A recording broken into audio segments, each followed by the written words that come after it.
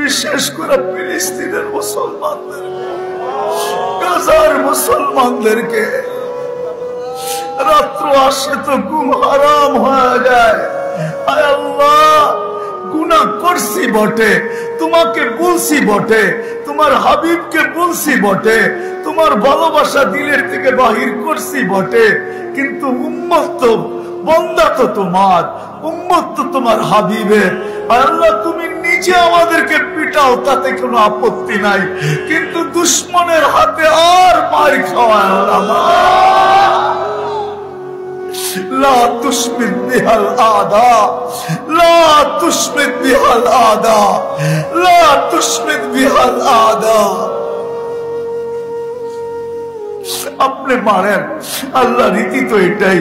ছেলেও তো বাপকে বলে, গড়ে পিটাই দা, তাতে কোনো আপত্তি ছিল না, বাজারে সবার সামনে গালি দিলা কেন?